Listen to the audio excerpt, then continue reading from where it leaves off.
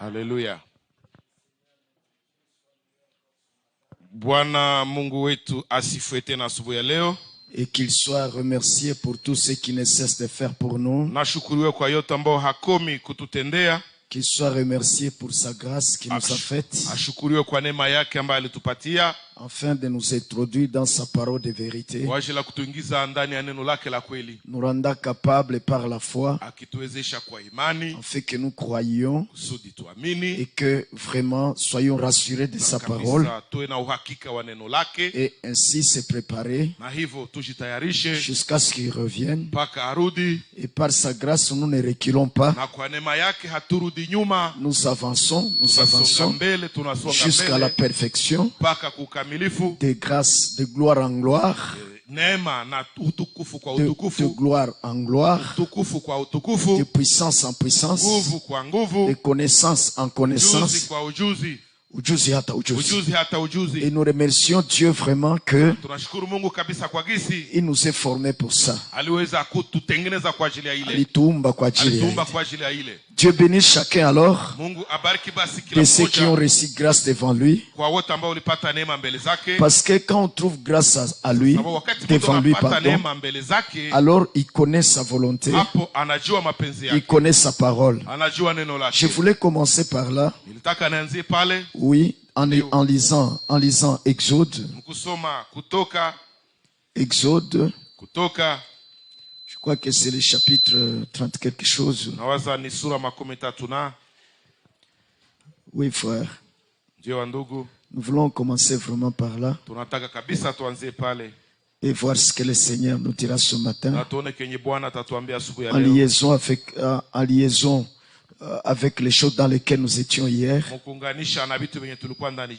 Oui. Nous prenons donc Exode chapitre 33 et nous commençons au verset 12. Lisons au nom de Jésus-Christ. Et Moïse dit à l'Éternel, regarde, tu me dis, fais monter ce peuple. Voyez, je reprends cela. Et si vous pouvez. Et Moïse, s'il vous plaît, frère, dégagez. Et Moïse dit à l'Éternel, regarde, tu me dis. Donc il s'agit d'un serviteur que Dieu lui-même s'est choisi et qu'il a établi dans son ministère de faire sortir son peuple du pays de la servitude pour les amener au pays de la promesse qu'il avait promis à leur père. Et Dieu l'avait rencontré, vous savez, dans le désert, dans ces buissons ardents, un buisson, pardon, et la colonne de feu dans le buisson, et c'était brillant, il y avait de la flamme. Il y avait de la flamme. Il y avait de la flamme. Mais le buisson ne brûlait pas. Et Moïse vit cela. Et il s'est dit dans son cœur, je vais m'approcher pour voir c'est quoi. Pourquoi ces buissons brûlent mais n'est pas consumé. Alors, quand il était en train de s'approcher, l'Éternel lui dit, Moïse, ôte tes sandales, parce que l'endroit où tu es était un endroit saint. Il était dans la présence de Dieu, sans le savoir. La présence de Dieu, c'est ce qui avait rendu cet endroit saint, pardon. Et il lui a dit, ôte tes souliers, là où tu te tiens, c'est un endroit saint. Il était dans la présence de Dieu. Et il ne le savait pas. Et après avoir entendu cette voix, l'Éternel lui parla du buisson ardent, lui disant, j'ai entendu les pleurs de mon peuple Israël et toutes les souffrances que les Égyptiens les font subir. Ils les font subir. Oui, oui. Maintenant, je suis descendu pour les sauver et les amener dans les pays que j'ai promis à leur père. Oh là là, frère, s'il vous plaît, trop de bruit, s'il vous plaît. Essayez de rectifier cela, s'il vous plaît, frère. Alors, il dit, je suis descendu pour les faire sortir de l'esclavage. Et vous pouvez le lire avec moi dans Exode 3, tout en ne bouchant pas le micro. Rectifiez seulement, frère, s'il vous plaît. Tout en ne bouchant pas le micro. Je m'adresse à frère Sami. Tout en ne bouchant pas le micro. Essayez seulement de chasser ces sifflets. Oh là là. Nous sommes donc... Oh là là, mais le micro est bouché aussi, oui. Mais dégagez s'il vous plaît. Exode chapitre 3, là où l'Éternel descend et se fait entendre. Et se fait entendre du buisson ardent. Et vous pouvez être avec moi dans le chapitre 3, quand le Seigneur descend. Écoutez, lisons au nom de Jésus-Christ le verset 4 ou depuis le verset 3. Non, commençons au tout début, verset 2 ou le verset 1. Commençons au début. Et Moïse faisait paître les troupeaux de Jéthro, son beau-père, sacrificateur de Madian. Et il mena les troupeaux derrière le désert. Et il vint à la montagne de Dieu à Horeb. Et l'ange de l'Éternel lui apparut dans une flamme de feu du milieu d'un buisson à épines. Et il y regarda. Et voici le buisson était tout ardent de feu. Et le buisson n'était pas consumé. Et Moïse dit, je me détournerai et je verrai cette grande vision. Pourquoi le buisson ne se consume pas? Et l'Éternel vit qu'il se détournait pour voir. Dégagez encore, frère Sami. Et Dieu l'appela du milieu du buisson et dit, merci. Mais diminuez un peu. Moïse. Et il dit, me voici. Je voudrais que vous remarquiez cela. Stoppez un peu. Pour comprendre qu'est-ce qu'elle appelle.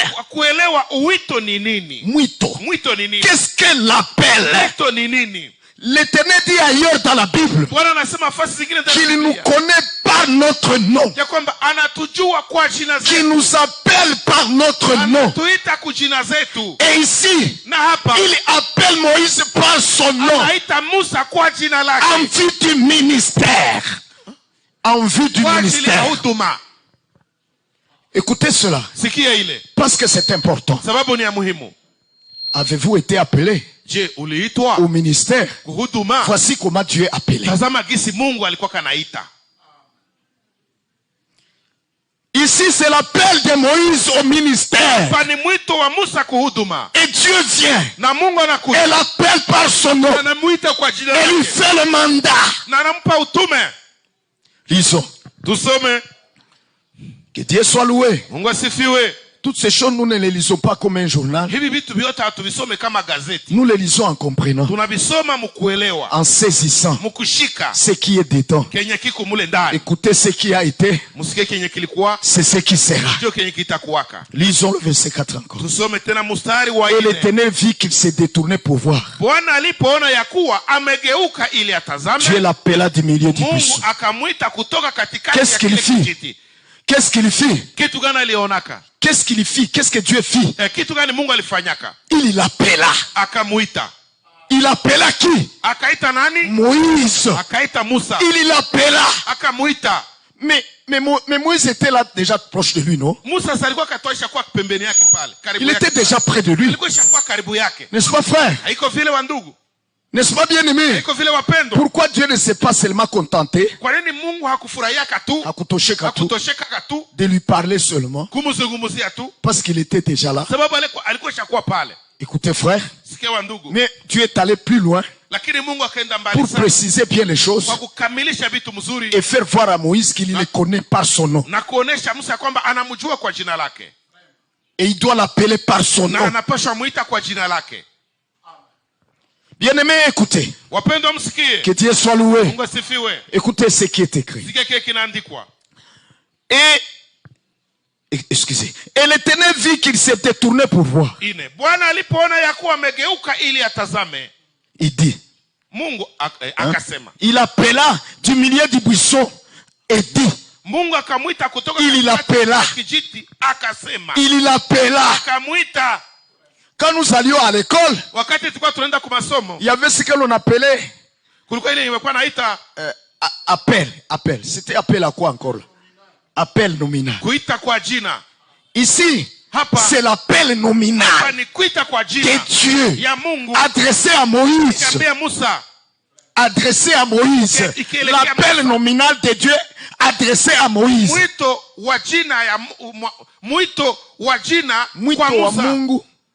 Mwito wa Mungu ya jina kwa Musa. Alléluia. Alléluia. Écoutez, c'est très important de voir toutes ces choses et de retenir toutes ces choses en fait de nous peser. Nous continuons. Sans aller dans le légalisme, je veux dire dans l'extrémisme. Sans aller dans l'extrémisme. Sans aller dans l'extrémisme, mais prenant toutes sortes d'appels que Dieu a adressés à ses hommes. Ici, il s'agit de Moïse et Dieu l'appelle par son nom. Il s'agit d'un appel. Nous lisons au nom de Jésus-Christ. Et Dieu l'appela du milieu du buisson Adam et dit, Moïse, Moïse. Et il dit, me voici. Et il dit, ça, bien aimé frère, la fois passée quand j'étudiais les actes des apôtres, je vois encore Anani, le serviteur de Dieu, quand le Seigneur vient vers lui et l'appelle par son nom, lisons-le, il l'appelle lui aussi pour un ministère qui devait accomplir chez Saoul, donc pour Saoul. Disons. Et nous allons voir que la même réponse que Moïse donna à Moïse, Musa alipatia Bwana. Ile kuitika yenye Musa alitikia Bwana. Sa Bwana alimuita. Donc cette réponse de Moïse au Seigneur, Anani a donné aussi la même réponse. Allons-y avec vous. Dans Actes chapitre 9, le 10e verset. Voici ce qui est écrit. Et il y avait à Damas, il y avait un disciple nommé Ananias. Le Seigneur lui dit en vision, Ananias. Oh, gloire à Dieu. Lui aussi, le Seigneur l'appelle par son nom. Il lui dit Ananias. Et la réponse, la même comme celle de Moïse. Les hommes de Dieu ont toujours été dans le même esprit, dans la même atmosphère, dans la même orientation. Il dit, or il y avait à Damas un disciple nommé Ananias. Et le Seigneur lui dit en vision, Ananias. Il appelle par son nom, Ananias. Et il dit, mais voici Seigneur.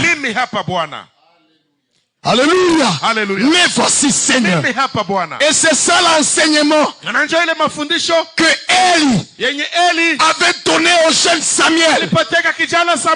Quand le Seigneur l'appelait, disant son nom, le nom de son nom, Samuel, Samuel. Et Samuel a accouru jusque chez Eli. Il dit, tu m'as appelé. Eli dit, non, non. Moi, je ne t'ai pas appelé. Rentre, mon fils. Va te reposer. Il est parti pour dormir encore dans les tours. Le Seigneur revient. Il dit, Samuel, Samuel. Samuel accourt encore chez Eli. Tu m'as appelé. Il dit, non, je ne t'ai pas appelé. Alors Samuel lui a dit, Samuel a compris que le Seigneur est en train d'appeler cet enfant. Que l'Éternel est en train d'appeler. Il dit à Samuel, quand il t'appellera encore, dites, me voici, Seigneur, parle-moi. Que Dieu vous bénisse. Que Dieu vous bénisse. Il vous appelle par votre nom. Parce qu'il vous connaît. Il ne fait pas d'erreur. Il n'appelle pas tout le monde. Il appelle qui il veut. Qui il s'est choisi. Et il lui dit ce qu'il va faire. Bien aimé, écoutons. Anani lui dit, mais voici, Seigneur. Et le Seigneur lui dit, lève-toi et va dans la rue appelée la droite. Et cherche dans la maison de Juda un homme nommé Saoul. Un nommé Saoul de Tarse. Car voici, il est prêt. Et il a vu une vision. Il a vu en vision un homme nommé Ananias entrant et lui imposant la main pour qu'il recouvre la vue. Est-ce que vous voyez comment Dieu fait? Quand Dieu parle, c'est avec précision, c'est avec détail. Que craignait la fille du frère Paradoxe quand elle était ici? Des détails que craignait la fille du frère Paradoxe quand il était au milieu de nous, et elle s'écriait disant, selon le témoignage du frère, selon le témoignage du frère, elle s'écriait disant, c'est bon vraiment. En tout cas, ce qui me fait fuir l'assemblée,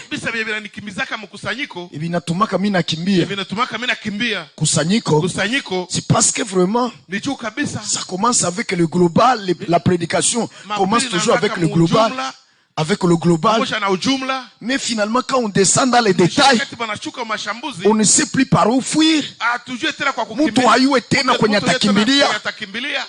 On n'a plus où se cacher. Tout est détaillé de telle sorte que la vie est mise à nu. La vie est mise à nu. Maisha c'est comme ça Dieu. Il a tous nos affaires entre ses mains. Il te connaît bien. Il connaît tes pensées. Il sonne les restes et les cœurs. Il te met à nu. Tu ne dois pas fuir, mais tu dois t'en réjouir. C'est ce qu'il a mis ta vie à nu. T'exhortant afin que tu sois parfait. Et qu'il n'y ait peu de reproches contre toi. Te soumettant à chaque parole. Donc je vais dire, quand Dieu révèle une chose, il la révèle de telle manière que il ne reste plus d'ombre de doute. Il n'y a pas à douter. Ne vous laisse pas la place à la spéculation. Non. Il y a quoi? Il y a kubiwazako. Hein? Ya kukuwa na wengine wazo ya kubiwaza ako wanze kusema mbolab dalitaka ou bien bombo peut-être ou alors non. Il donne toutes les précisions et c'est ainsi qu'il est manifesté comme Dieu et il y a tous nos affaires entre ses mains. Vous comprenez? C'est pour cela que tous ceux qui veulent prophétiser, tous ceux qui veulent wanataka kutabiri, ils doivent apprendre des Écritures. Apprendre des Écritures. Ce qui s'est fait, c'est et non rester dans le global. Il y a ici un homme qui est comme ça. Il y a ici un homme qui est comme ça. Frère, c'est comme si le frère ne me capte pas bien ici. Hein? Frère Samy, s'il vous plaît, qu'est-ce qui se passe? Les frères ne me captent pas bien. Hein? Le retour chez lui ne tient pas bien. S'il vous plaît. Faites quelque chose. En fait, qu'il ne souffre pas beaucoup. Parce qu'il risque de se fatiguer trop. Parce que faisant trop d'efforts pour nous capter. Parce que faisant trop d'efforts pour nous capter.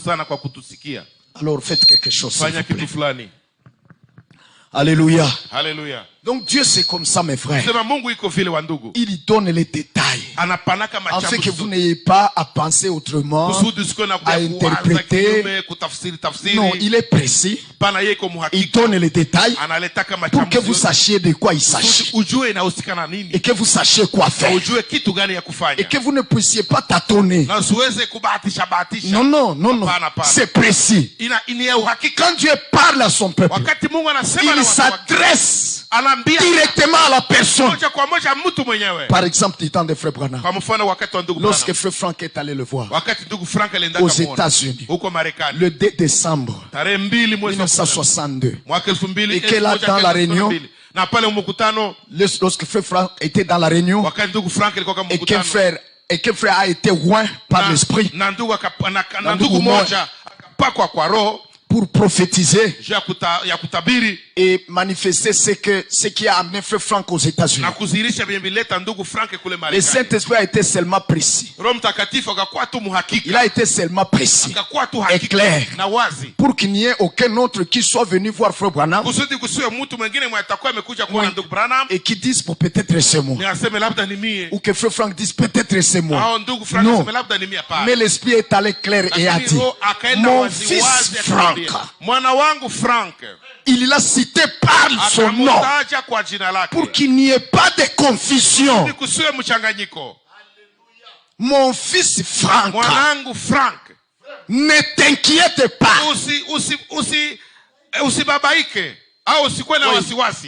Ne t'inquiète pas de ce que tu n'as pas vu le prophète. Et il ne devait être que lui qui s'inquiète. C'était lui. Il dit ne t'inquiète pas. Tu le verras demain. Tu le verras demain. Et il te dira tout ce qu'il y a sur ton cœur. Et cela est arrivé comme ça. Je vous ai toujours dit, arrêtons avec nos expériences vieilles qui ne sont pas 100% scripturaires. Arrêtons. Peu importe comment ça nous a semblé être spirituel. Arrêtons. Si ce n'est pas 100% scripturaire, le temps est du retour aux Écritures. Si vous voulez aller dans l'enlèvement, retournez aux Écritures. Bien aimé, s'il vous plaît. Le temps n'est plus et continue avec ces songes flous. Flous. Ou vous-même vous vous interprétez et vous dites peut-être que c'est ceci, ça peut être ceci, parce que pas question. Dieu ne parle pas comme ça. Dieu parle clairement et précisément. S'il a à vous donner un message, il vous le dit clairement. En fait que tu n'aies point de confusion. Parce que en rapport avec la prophétie, dans 1 Corinthiens 14, il est écrit quoi? Que si un son, une trompette donne un son incertain, une trompette qui se préparera pour la guerre. Et l'Esprit dit par Paul, il n'y a aucune langue sur la terre qui n'a pas de sens. Toutes les langues ont le sens. Chaque mot signifie quelque chose. Pour qu'il n'y ait pas de confusion. Pour que les gens comprennent ce qui s'est dit. Et qu'ils sachent ce qu'il faut faire. Dieu aussi, quand il parle, il vous parle clairement. Il vous parle clairement et précisément pour qu'il n'y ait pas de confusion. Comme ça, vous savez ce qu'il faut faire. C'est juste, mes frères. Alléluia. Alléluia. Alléluia. Alléluia. Ananias, Dieu l'envoie où? Il lui dit, lève-toi. Va. Dans la rue appelée la droite. Vous voyez, c'est le nom de l'avenue, comme le dit frère. Comme avenue, comme avenue Patrice Lumumba. Avenue Patrice Lumumba. Barabara Patrice. Barabara. Comme avenue Kanyamuhanga. Barabara Kanyamuhanga. Donc, précisément. Il lui dit ensuite. Et cherche dans la maison de Judas. On lui dit dans quelle maison chercher. On lui dit dans quelle maison chercher. Banamwambia aulizie munyumba yenye banamwambia. On lui dit dans quelle maison chercher. Vous voyez? Et dans cette avenue-là, il ne pouvait pas y avoir deux Judas. Pour qu'il n'y ait pas confusion. Ananias ne pouvait pas aller tâtonnant. Bon, on m'a dit chez Judas. Où est-ce chez Judas? Non, dans notre avenue, il y a 3 Judas. Qui est-ce que tu parles? Vous voyez? Alors là, Dieu amènerait quelque chose de plus précis. Qui a ukamilifu zaidi. Cherche dans la maison de Judas. Un nommé Saoul de Tarse. S'il pouvait y avoir un autre Saoul, mais il devait chercher Saoul de Tarse. Les précisions. C'est ça Dieu. Et là frère. Et là frère. Il n'y a pas de spéculation. Il n'y a pas de discussion. Il n'y a pas de tolérance. Dieu est précis. Et donc ne continuez pas à nous embrouiller de vos songe flou. Dieu est précis. Ou vos soi-disant visions flou.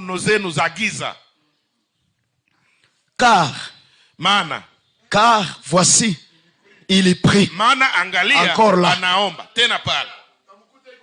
Il est pris.